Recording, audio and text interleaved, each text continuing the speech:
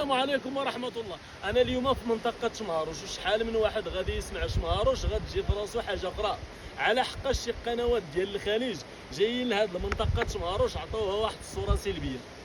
غادي نقول لخوتي المغاربة كاملين باللي عطانا صدر ربي واحد البلاد ما كاين ما احسن منه شمهروش سميات البلاد، واول منطقة كيكريو فيها الناس المحلات الا وهو شمهروش.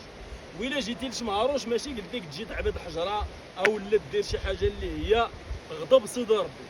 جيتي لشمهروش غتجي لهاد الواد، صور لي الواد.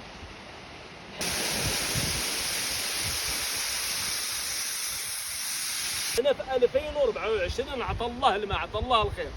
البلاصه الوحيده اللي يمكن لك تبني لها بيسين ديالك اللي يقولوا لي داتك فابور، الريزو ما كاين، ريحه التلوث ما كايناش، والهواء نقي.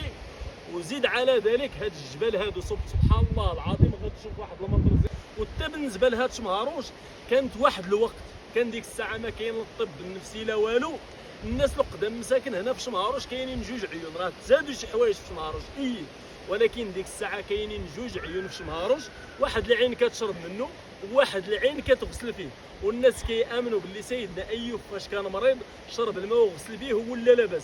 بعد اعوذ بالله من الشيطان الرجيم واذكر عبدنا ايوب اذ نادى ربه اني مسني الشيطان بنصب وعذاب اركض برجلك هذا مغتسل بارد وشراب.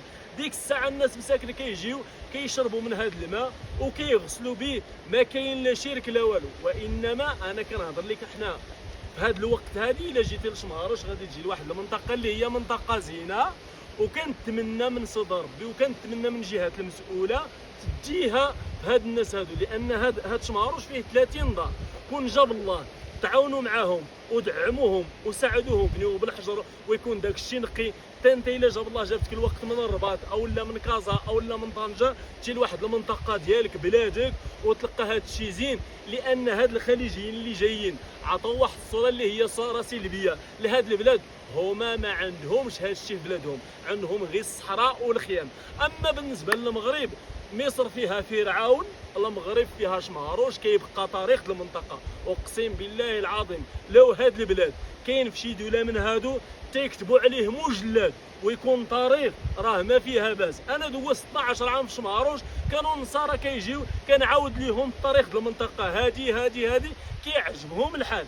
ماشي غادي تقول لي عبدو او لا دير شي حاجه اللي تغضب صدر ربي.